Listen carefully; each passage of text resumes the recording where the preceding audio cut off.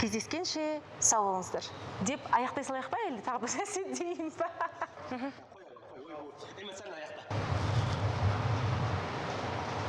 Сіз жоқ, ештеңе етпейді.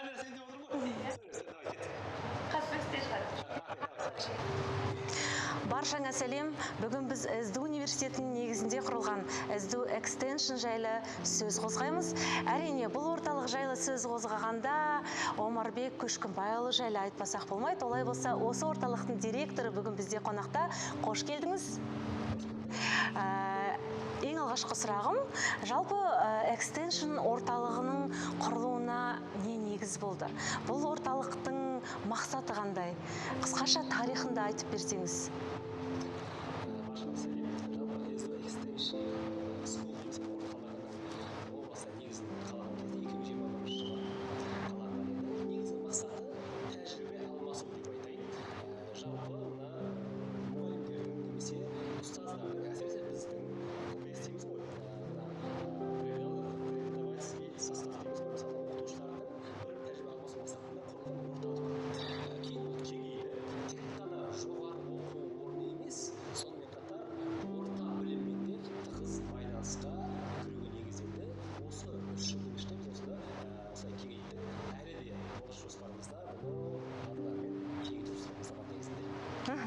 Енді қандай бағыттарда жұмыс атқарасыздар? Осыларға нақты тоқталып өтсек, басым бағыттарға.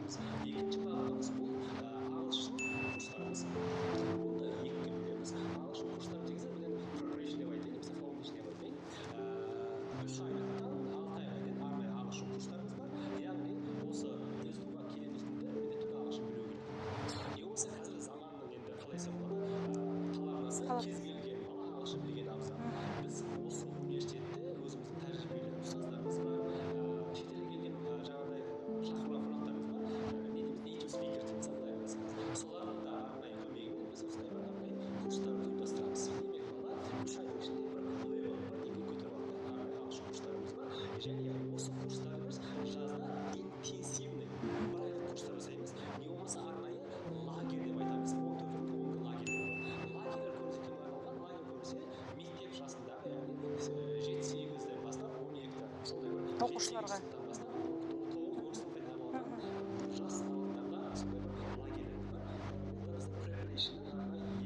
бір бағыты. Үшінші негізгі бөлім ол даярлық, яғни переподготовка деп айтады, retraining ағылшыншасы. Бұл не деген сөз? Елімізде қазір мұғалім жетіспейді, педагог жетіспейді, оны бәріміз білеміз.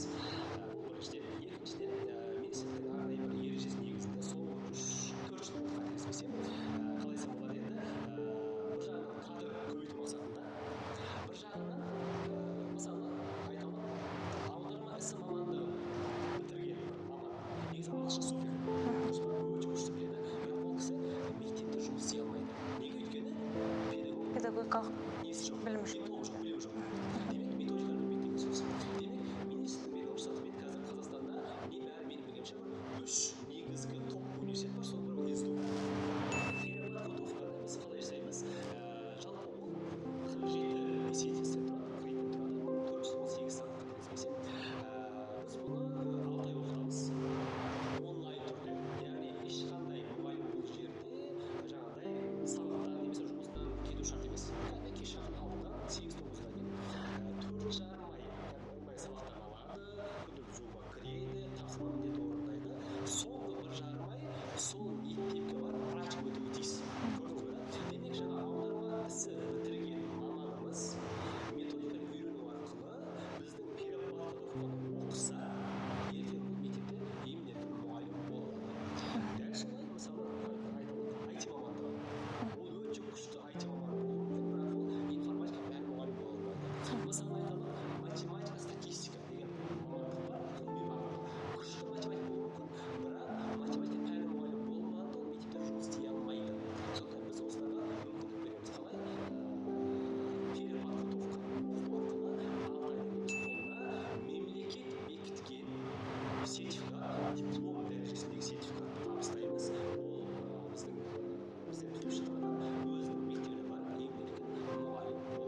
Міне біздің жалпы extension school'дың негізгі 3 бағыты осы. Ол арнайы курстарымыз, орта білімді және жоғары оқу орындарына. Ол біздің ағылшын курстарымыз, ол жаңағыдай жекпе-жекшілік деп айтайын, қосымша ағылшын үйренемін дегендерге жаңағы қосымша лагерьлеріміз бар, және осы переподготовкамыз, яғни ретрейнингіміз. Қайта даярлау. Қайта даярлауымыз. Бұл да біздің мұғалімдік дипломы жоқ, бірақ мұғалім болғысы келетіндерге арналған тамаша бағдарлама. Осы негізгі 3 бағыт деп айтайын. Я жаңағы қайта даярлауға тоқталайыншы, переподготовка дедік қой. Яғни қысқа мерзімде теория мен практиканы ұштастыра отырып, сіздер маман даярлап шығарасыздар, иә? Және өзіңіз айтып өттіңіз, біздің елімізде тек 3 жоғары оқу орында осы қайта даярлау курстары оқытылады деп. Жалпы бізге тоқталайық, осы дәл біздің университетімізде бүгінге дейін бір статистикалық мәлімет айтып өтсеңіз, қанша маманды оқытып шығардыңыздар дәл осы бағыт бойынша? Санына жатасыз мүмкін, бірақ 100-ге жуық маман оқыдық. 100-ге жуық маман. Тек қана өзіміз, сонымен қатар біз кейбір орталықтармен келісіп жатырмыз. Мысалы, Teach for Қазақстан сияқты орталықтармен келісіп, олардың да мамандарын даярлап жатырмыз. Егер бәріміз айтатын болсақ, 100-ден асып кеттік. Бұлар не істеді? Бұлар бізден оқыды, сертификатын алды, олар мектептерде кәдімгідей маман болып жұмыс істеп жатыр. Бір жағынан қарайтын болсақ, олардың, яғни біз айтамыз ғой, орысша айтқанда бой дейміз ғой. Сондай бір керек жерге біз маман жіберу арқылы негізі қоғам пайдамыз тиді. Яғни мектепке кім керек? Мұғалім керек, дұрыс па? Диплом жоқ адамға не керек? Мұғалім жұмыс керек. Бір жағынан қарасаңыз, біз мектепке кадр дайындап береміз, ана кісіге жұмыс тауып береміз. Яғни ол кісі өзінің сүйікті мұғалім болу арқылы ертең табысын табады, балаларға өзінің білген білімін көрсететін болады. Сондықтан да қазіргі уже шамалап айтсам, қосымша курстар қоспаған өзі 100-ге жуық, қосымша жаңағыдай нелер қоссақ, келіскен мекемелер қоссақ, 100-ден аса уже біз кадр дайындап жібердік уже. Келер жылы жоспарларымыз одан да көп. Алдымыздағы 5 жылдың ішінде бәлкім енді өзіміз KPI-іміз ғой, бәлкім 500-ге дейін жету жоспарымыз бар. Айтқыңыз келсін. Жалпы енді сіз 100-ден астам маман даярлап шығардық дедіңіз. Олармен кері байланыс орнатасыздар ма? Сол 100 маманның қаншасы жұмыспен қамтылды? Өте дұрыс сұрақ. Біз барлығына кері байланыс ойратып жатырмыз. Бұл переподготовканы қайта даярлап бітіргеннен кейін, әрине оның қалай айтсам болады, кей кезде мұғалім болу арманы бар ғой. Барғаннан кейін ол ожидан реакция болуы мүмкін. Күткен болмай қалуы мүмкін. Бірақ біздің сертификатымыз оған мұғалім болу жарамды. Бірақ ары қарай ол жұмыс істемейтін біз қатты қадағалай алмаймыз. Бірақ біздің қазір бүкіл барлығын жеке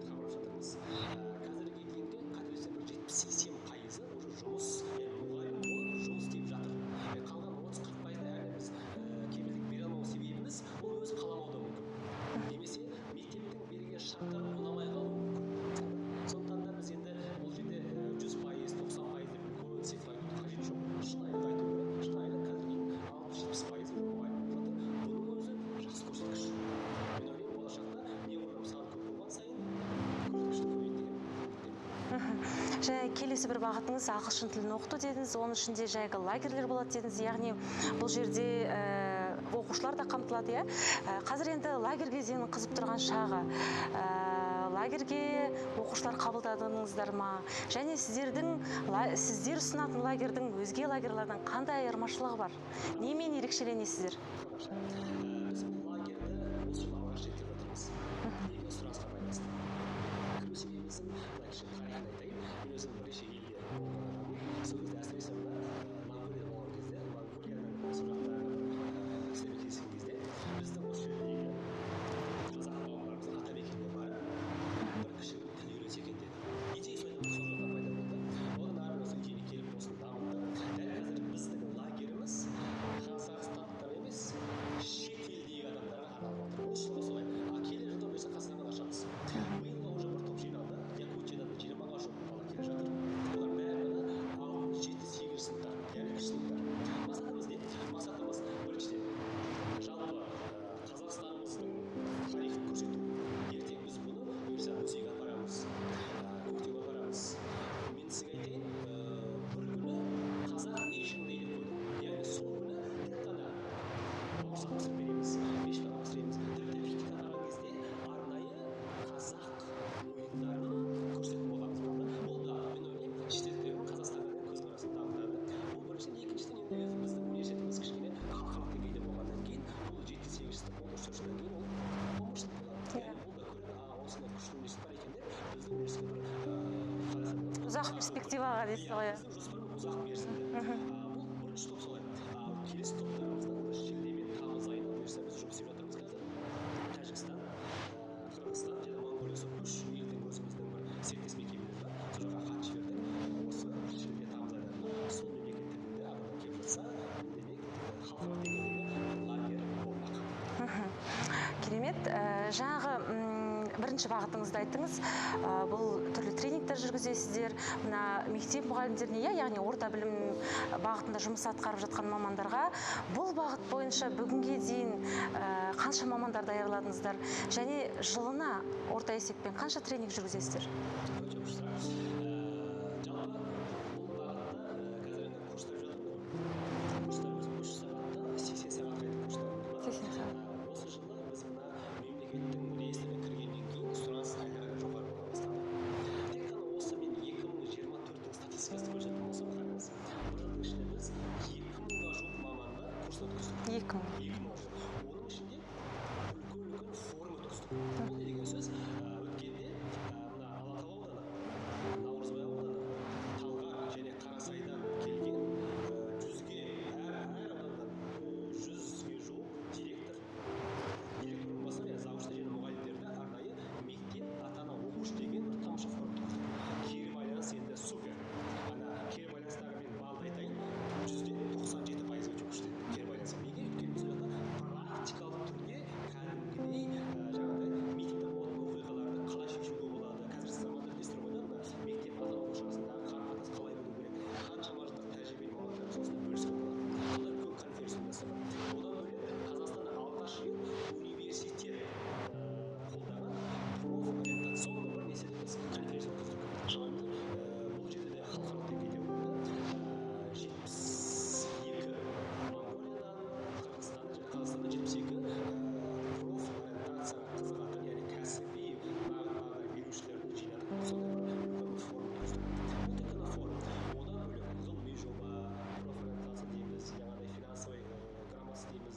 Басқа да әртүрлі салаларда біз осы Алматы облысы маңайдарында осындай тренингтер, семинар өткіземіз. Тек қана Алматы емес, біз осы жылдың ішінде 3 қалаға бардық, яғни Астанаға бардық, елордамызға, Талдықорғанға, тіпті Алакөлге шақырып, ол жаққа да барып біз 100-ден аса мамандарды оқытып келдік.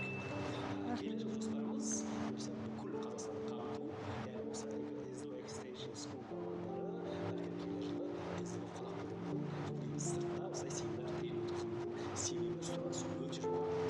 Әр облыстарымыздан осы хабарлама келіп, бізге де келіңіз, бізге де келіңіз. Неге десеңіздер, әсіресе біздің тренерлеріміз өте білікті мамандар, өзінің саласын жақсы біледі, жақсы меңгереді және тек қана теория емес, практикалық түрде жаңағыдай нақты мысалдармен жеткізетін тамаша мамандар. Енді осы жайлы айтып өтсек, осы тренерлерді, мына түрлі ауқымды деңгейде жүргізетін тренингтерді, форумдарды жүргізетін тренерларды қалай іріктеп аласыздар? Олар кімдер? Көпшілікке бәлкім сол қызықты шығар. Қай маманнан дәріс алатыны қызықты ғой.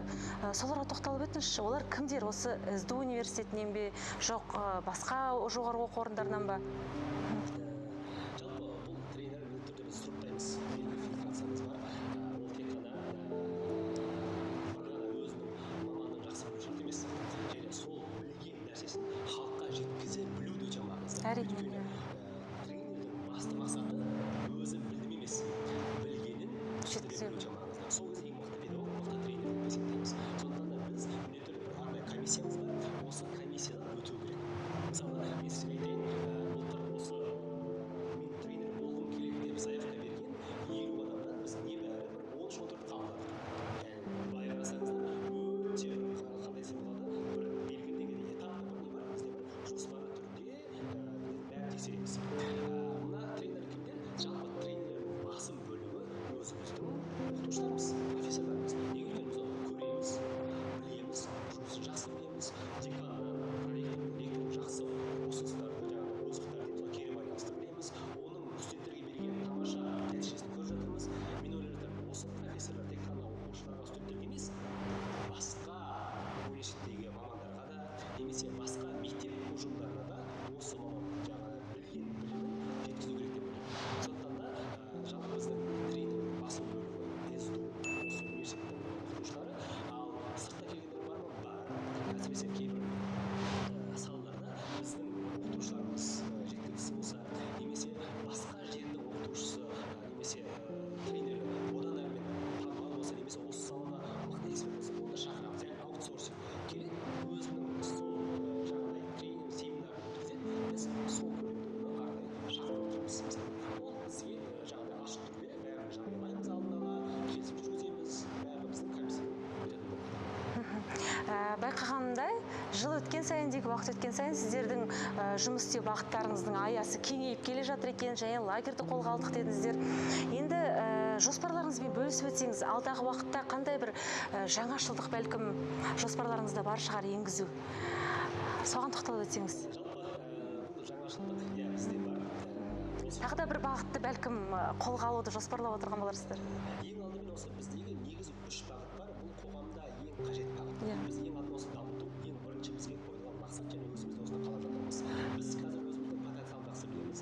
Біздің қазір мына 2000 оқытқан маманымыз, мысалы, біздің осы бір жылдың ішінде біз негізінде сәл өзімізге сеніміміз мол, өзіміздің потенциалды жақсы білгендер біз 2000-міз 5000-ға жете аламыз, 10 жете аламыз. Өйткені сырттан да сұраныс бар. Біз келер жоспарымыз осы ең алдымен жаңағыдай санды көбейту. Тек қана санды көбейту емес, сонымен сапаны арттыру. Бұл өте маңызды. Яғни сан артқан сайын сапаның түсуі білесіздер ғой. Сондықтан біз мақсатымыз тек қана сан арттыру емес, сапаны бірге арттыру өте маңызды. Өзіміз әрбір курстарымыз, семинарымызды жаңағыдай өте бір неден өткіземіз, фильтрацияны жақсы өткіземіз. Сапа өте біз үшін егіз ұғым деп айтайын. Одан бөлек сырттың сұранысы біз үшін өте маңызды. Мысалы, біз өткенде Қарасай ауданының білім басқармасына келістік. 953 мұғалімден не қалайсыз дедік. Бұл өте маңызды. Тек қана біздің қалауымыз емес, бұл жерде халықтың қалауын ескеру керекпіз. Сол жерде ағылшынша needs дейді ғой, қажеттілікті анықтадық.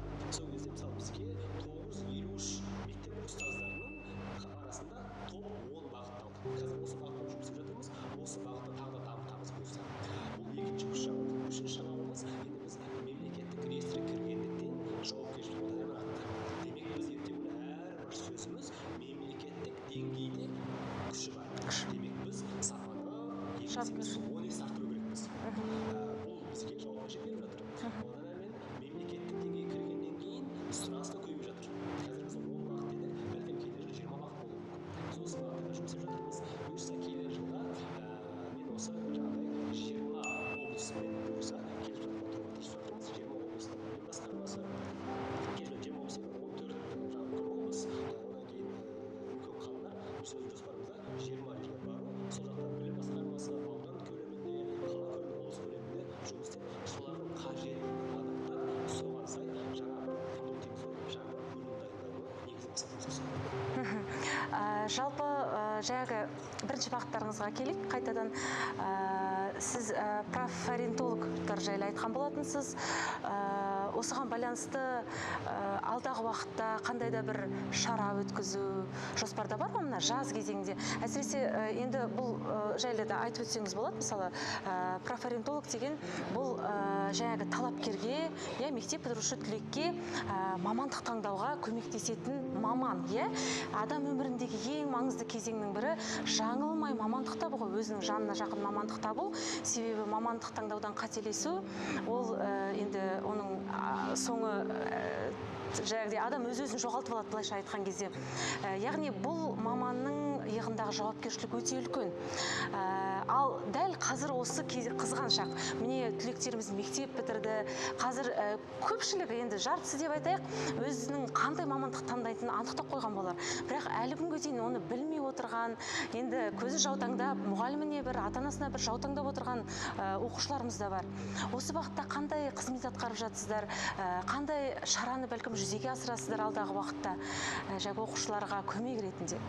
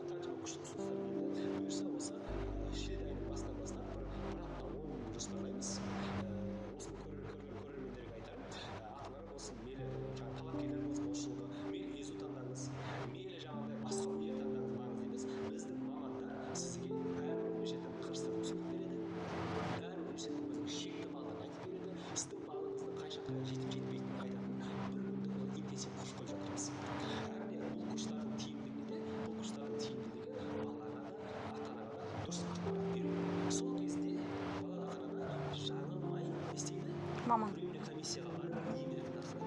Бұл жағда бір кішкене нюанс ашайын. Бұл енді жасырын ақпарат емес. Кейбір университеттер мысалы мына 4 таңдау кезінде бірінші мені жазбасаң қабылдамаймын деген сияқты баланы мәжбүрлейді. Осындай кезде егер ата-ана өзінің 4 таңдауына сенімді болмаса, өкінішке қарай айдаладағы басқа университетке кетіп қалуы мүмкін. Бұл жерде временный комиссия мамандары енді әркім өзі тартқысы келеді ғой. Тем более жақсы бала алған болса менде қал деп отыр. А бұл бала мүлдем бұл қалада қалғысы келмеуі мүмкін. Басқа қала таңдағысы келуі мүмкін. Оның құқығы. Біз құқығын таптамау керекпіз. Бірақ егер ата-ана осы ақпараттарды білсе ғана жасай алады. Білмесе, өкінішке қарай сол қабылдау комиссиясының не айтқанын көре береді. Қанша балаға өкінішке қарай жақсы бал алғанына қарамастан өзінің ұнайтын Алматы, Астана сияқты университет емес, өңірлердегі өзінің временный комиссияның жазып бергеніне көніп қалып отыр. Мысалы, сондықтан да бұл жерде енді баланың да құқығын таптамау үшін біз осындай семинар, тренинг, интенсивный курс өткізгенді жөн көрдік. Осы шет дайын болсаңыз, ағай жаңа пост жазамыз, ағай тіркелу жүйесін қоямыз, кім алға кіргелі, көп адам алмаймыз. Бұл жерде мәселе сапада. Ата-ана да, бала да дұрыс таңдауды үйренсін, дұрыс университет, дұрыс маман таңдасын деген сияқты. Сондай бір жоспарым бар. Осы жоспарымызды алда тағы да бөлісеміз. Инстаграмда және өзіміздің ресми сайттарында бөлісетін боламыз. Осындай жаңалығымыз бар. Сізге көп рахмет, Омарбек мырза. Уақытыңызды бөліп, бізге келіп, құнды ақпаратпен бөліскеніңіз үшін біліктілігін арттыра түсетін білімді, білікті шәкірттеріңіз арта берсін.